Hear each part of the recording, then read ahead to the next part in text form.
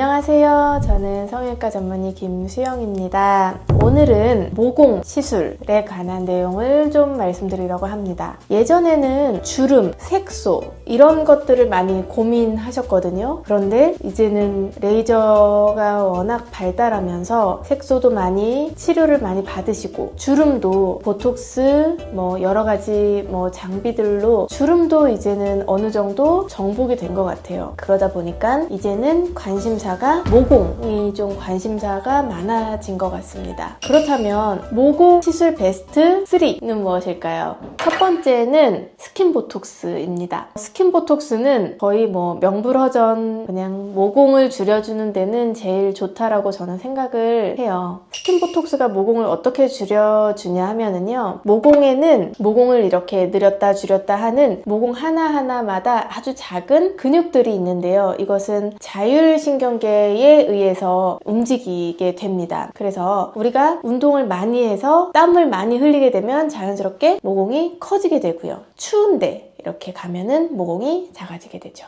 그래서 스킨 보톡스가 들어가면은 특히 모공을 늘리는 역할을 하는 그 근육이 약간 역할을 덜 하게 됩니다. 이러한 스킨 보톡스의 장점은 일단 시술하면 효과가 나타나기까지 한 일주일에서 2주일 정도면 효과가 나타난다는 장점이 있어요. 그리고 웬만한 분들은 다 어느 정도 이상의 효과를 봅니다. 이제 모공 시술이 다른 여러 가지들이 있는데 어떤 것들은 좀 이렇게 개인차가 있을 수 있거든요. 스킨 보톡스 같은 경우는 보톡스 자체에 내성이 있거나 보톡스가 역할을 하지 못하는 경우가 아니라면 보톡스가 들어가면은 어느 정도 이상의 효과는 반드시 나온다라는 게 이제 장점이 될 수가 있어요. 그리고 모공을 줄여줌과 동시에 잔주름 개선 효과도 있고요. 속광라고 할 수 있는 피부가 조금 이렇게 팽팽하고 조명 아래에 있을 때 빛이 반사되는 그런 효과도 함께 생길 수가 있어요. 스킨 보톡스의 단점은 뭐냐면은 스킨 보톡스는 보톡스를 희석해서 아주 촘촘하게 진피층에 깔아주는 그런 시술인데 그럼에도 불구하고 보톡스기 때문에 표정을 많이 쓰는 그런 부위에는 스킨 보톡스로도 약간의 표정 부자연스러움이 있을 수가 있습니다. 그래서 저는 부자연스러운 곳은 피해서 시술을 하는 편이에요. 예를 들어서 앞볼에 모공이 많은 분들이 있을 때 앞볼에서 전체적으로 스킨 보톡스를 커버를 하게 되면은 모공을 줄여주는 효과는 있긴 하지만 웃을 때나 표정을 지을 때 약간 어색할 수가 있거든요. 팔자주름 주변이라든지 이런 데는 좀 스킨 보톡스를 시술을 좀 안 하는 편이고 표정 지을 때 덜 영향을 받는 그런 부위 위주로 시술을 하게 되는데 그러면 모공 있는 데를 다 전체를 커버할 수 없다는 단점이 좀 있어요. 그리고 눈썹 바로 위나 미간, 코 이런 부분에 있는 모공이 고민이신 분들이 많은데요. 눈썹 바로 위도 보톡스 효과로 좀 눈썹이 떨어진다거나 눈이 무거울 수 있어서 그 부위도 시술을 이렇게 강하게 하기는 좀 어렵습니다. 코 같은 경우에는 좀 시술이 굉장히 아픕니다. 그래서 좀 그런 부위는 시술이 어렵다라는 단점이 있습니다. 그리고 이 보톡스라는 것은 피부에 이렇게 장기적으로 도움을 주는 영양물질은 아니거든요. 보톡스가 이렇게 작용을 하는 한 2개월에서 3개월 정도는 효과가 있지만 보톡스 효과가 떨어지는 시기가 되면 다시 돌아간다는 단점이 있어서 주기적으로 시술을 해야 한다는 그런 좀 번거로움이라면 번거로움이 있을 수가 있어요. 두 번째로 제가 추천드리고 싶은 시술은 포텐자라는 건데요. 니들 RF라 그래서 고주파인데 바늘이 달려 있어서 피부 속에 바늘이 들어가고 바늘 끝에서 고주파가 나오는 그런 기계예요. 레이저 장비고 포텐자를 사용할 때 펌핑 팁이라는 것을 사용을 하면은 바늘이 들어가면서 고주파가 들어가고요. 바늘이 나오면서 약물이 침투되는 그런 효과가 있어요. 기계를 할 때 스킨 부스터를 같이 사용을 하면 효과가 좋습니다. 피부에 도움이 되는 성분을 가진 약물들이 되게 많은데요. 이 약물이 안타깝게도 이렇게 주사로 허가가 나오지 않은 그런 화장품으로 허가난 약물들이 있어요. 그러면은 이거는 주사로 맞기는 어렵고 화장품처럼 바르게 되는데 화장품은 사실은 이렇게 발랐을 때 피부 안쪽까지 흡수되는 게 한계가 있거든요. 바늘이 들어가서 어느 정도 구멍을 낸 상태에서 피부에 좋은 화장품 성분을 피부에 도포를 해주면 유효 성분들이 피부 안으로 깊이 들어갈 들어갈 수 있고 어느 정도 효과를 볼 수가 있습니다. 그래서 우리가 알고 있는 엑소좀,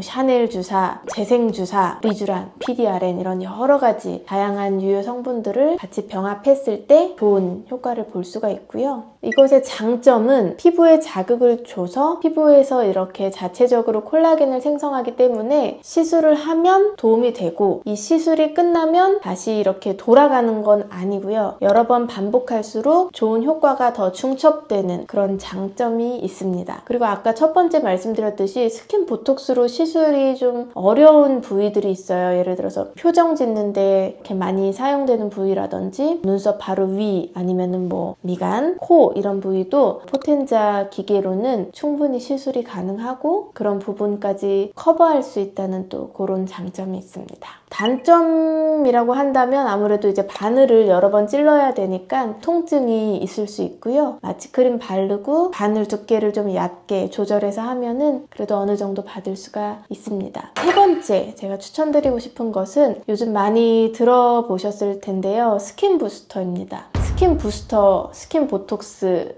이제 비슷한 이름이긴 한데 전혀 다르고요. 스킨 부스터는 말 그대로 스킨을 부스팅해준다, 피부를 좋게 해준다, 피부를 좋게 하는 물질을 그냥 일컫는 말을 스킨 부스터라고 합니다. 콜라겐을 생성하는 것이 주 역할이 되겠습니다. 이런 스킨 부스터들이 콜라겐을 형성을 하면 그 모공 주변에 피부 아래에 있는 ECM이라고 하는 세포의 기질, 그러니까는 피부의 골격을 담당하고 있는 콜라겐, 히알루론산, 프로테오글리칸 이런 피부 아래에 이제 지탱해주는 구성 물질들을 보충해주고 많이 생성하도록 유도하는 그런 제품들이라고 하겠습니다. 아무래도 그러면 늘어져 있는 피부가 조금 더 힘이 있어 보이는 그런 효과가 있습니다. 대표적인 제품으로는 이제 많이들 알고 있는 주베룩이라든지 레디어스, 리투, 리쥬란 여러 가지 제품들이 있고요. 그리고 마지막으로 모공을 줄여주는 건 아니지만 이제 모공을 늘어나지 않도록 좀 도와주는 관리로 간단하게 이제 아쿠아필 정도 저는 이제 추천을 드리고 싶은데요. 아쿠아필은 음압이 있어서 모공에 있는 피지를 직접적으로 이렇게 뽑아내서 모공을 이렇게 벌어지게 하는 것을 좀 막아주고 좀 자극적인 필링이 아닐까 생각하실 수 있는데, 아하바하 그 필링 제제가 사용되기는 하지만 농도가 아주 진하지는 않아서 가볍게 사용할 수 있고 아프지도 않고 편안하게 받을 수 있어서 모공을 늘어나지 않도록 예방하는 차원에서 주기적으로 관리받으면 좀 좋을 만한 시술입니다. 그래서 지금까지 모공에 좋은 시술 베스트 3